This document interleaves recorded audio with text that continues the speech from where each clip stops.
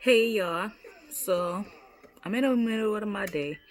I'm about to get ready to clear out my house because my house about to go under renovation. I'm about to fix a couple things around here. More so, I'm packing the things we don't need so I don't have to do it later for Arizona. I could just pull up and go. But anyway, I just gave away while I'm making the video.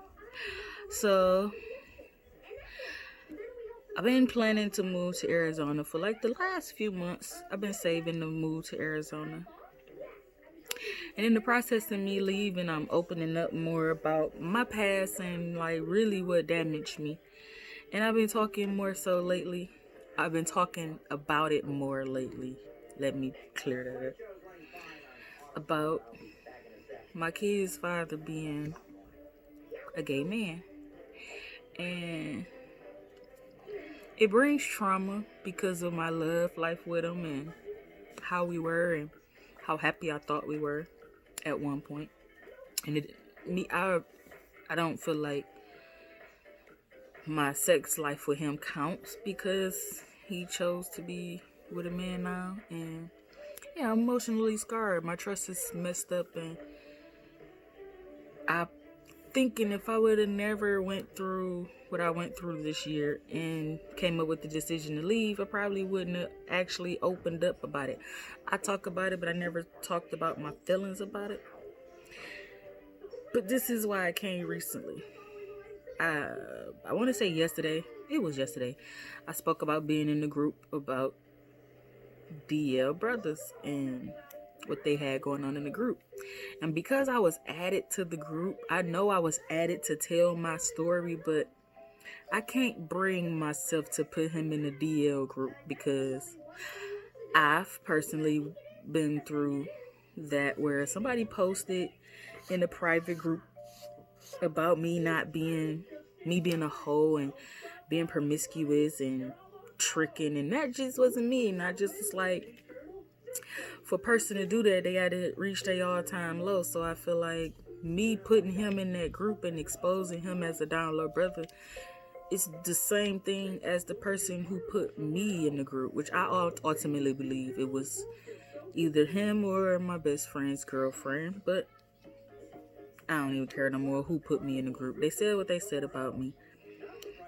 And because of that, I didn't post him in the group. I just look at the post and watch what goes on and what they say. And there's a lot of women that's defending the men for being down low, like being gay. It's not nothing wrong with being gay, but the fact that y'all women is defending these men that's secretly hiding themselves from the world, it's crazy to me. Like, they belittling the women that's speaking on it. They are laughing at the ones that been through it, and it's like, how could we share our stories and our hurt with y'all laughing at our pain? And then there's gay men bashing the women, saying it's the women's fault that the men is gay. And it's just crazy in this group when all they was trying to do was expose the men for pretending to be men with these women while they were secretly dating men. And I get what they're trying to do, but yeah, because of social media, it's all wrong. Like, the wrong message is getting out. The people defending the wrong people. Literally, like, a girl put on there about her engagement to a man, and she came in and seen him literally like giving a blowjob. And it's a lot of ha-has and a lot of, it's more so more people laughing at her than being sympathetic. And I did comment and say, unfortunately, I know the feeling, but I didn't share my story in there because, like I said, I don't want to be that person to expose him. He already exposed himself. He got it all over social media. So he's not on the DL anymore. It's just that I said I'm going to stop saying that. The man he's dating is a tranny, the word I don't like. And yeah, so he's now, I don't know how open he is because I don't have him on Facebook. I don't go searching for him or anything. But I know he does these things because my daughter has him as a friend, and sometimes she shared with me. He don't answer her or talk to her. He ignored them, but he still send requests to watch our pages. I don't understand it, but to each their own. But yeah, because of the group, me being added to the group, and I could tell who added me, why they added me, because they wanted me to tell my story. But like I said, I'm not about to do that.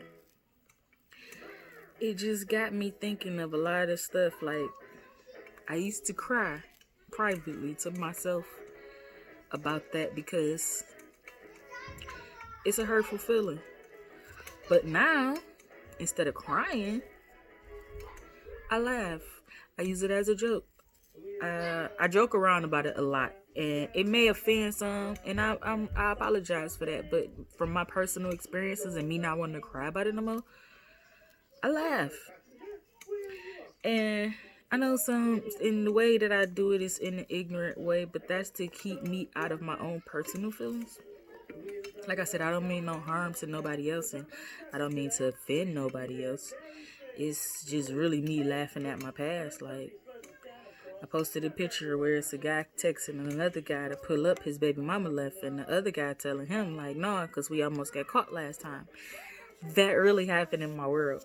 Like, I had text messages in my personal phone because I used to leave my phone home because we didn't have cable. I cut the cable off because I was paying the bills by myself and I couldn't afford it. So we used to watch TV. Well, they used to watch TV from my phone. So I used to leave my phone and take the minute phone so I have a way to call just in case something happened, or I could call home, make sure everybody okay. And he literally used to treat the phone like his own. He used to send naked pictures to whoever. He used to have chicks sending boob pictures to him. At this point I don't even know if they were women or men.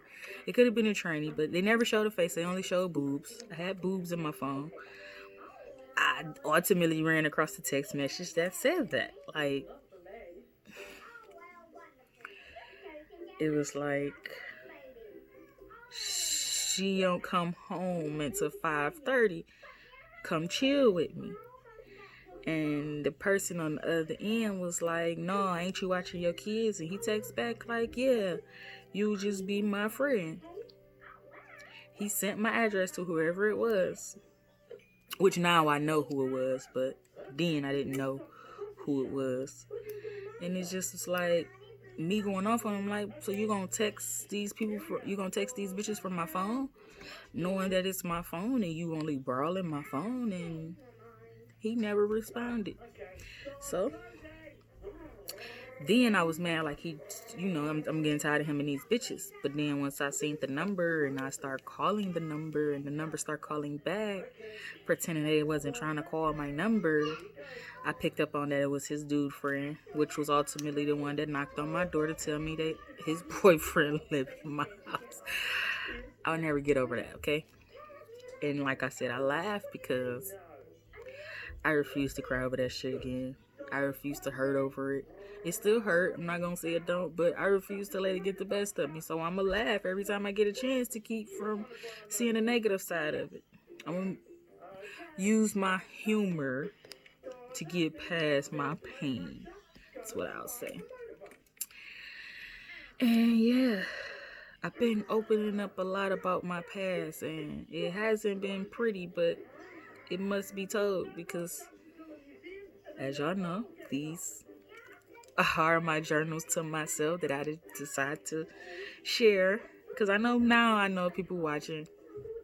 So I share it and say y'all, which technically I'm talking to myself, but I know I have an audience, so y'all. Open up more because of that. Like, I'm leaving my past in the past. I don't want to say new. It's going to be a new start somewhere else, but it's not like a new start on life because I'm already changing that part of me. So, I'll say with me going to a new place, I want to leave all burdens where they were created and where they lie. So, me speaking of my past and me getting over my past is for me to move forward, as I said in the beginning of the video, to Arizona with a clear, positive, unhurt me. Like, I got a lot of damages that I would rather leave in Detroit. And I don't want to take them to Arizona. I will always speak my story if I was to do anything further or have a real audience. I'm not doing this for the likes or anything. Like, I do want people to see my story, but I'm not big on having fan base. It's not my driven motive. My motive is to do these videos for myself so I can go back months, maybe years, and see my growth, see where I came from. Just in case anything happened to me, nobody has to tell my story. I'm telling it first. So I guess I come to the moments of appreciation, because like I said, at one point these is the things that was tearing me apart. And through these videos and me making these videos to myself and me going back and then watching them, and the more I speak on my stories and my situations, the easier it is for me to deal with it, because I take the hurt out. I take the tears out. Like, some of the videos I go back and watch, I still cry. But when I talk it out and I speak it in person with people, them tears not there. I can tell that side without the waterworks, because I done did the waterworks to myself. So yeah, I'm trying to stay on the positive side, but I did realize, like, lately my mental, my mindset and everything going on, and me opening up about a lot of things that I was private about, is big me just leaving it on the table. So when I walk away from this table and I build my new table, it's a little sturdier, it's a little prettier. It's not gonna be flashy, but it is gonna be original, and it's gonna be me. And that table gonna be mine. Whether I feed off of it or I feed others with it, it's gonna be a better table than the ones I'm coming from. So that's all I had to get off my chest. I just wanted to appreciate the me and say, like, my trauma from my kid's father being gay is ultimately, like, it's helping now. So yeah, this is where I leave it, with it being a joke and not pain.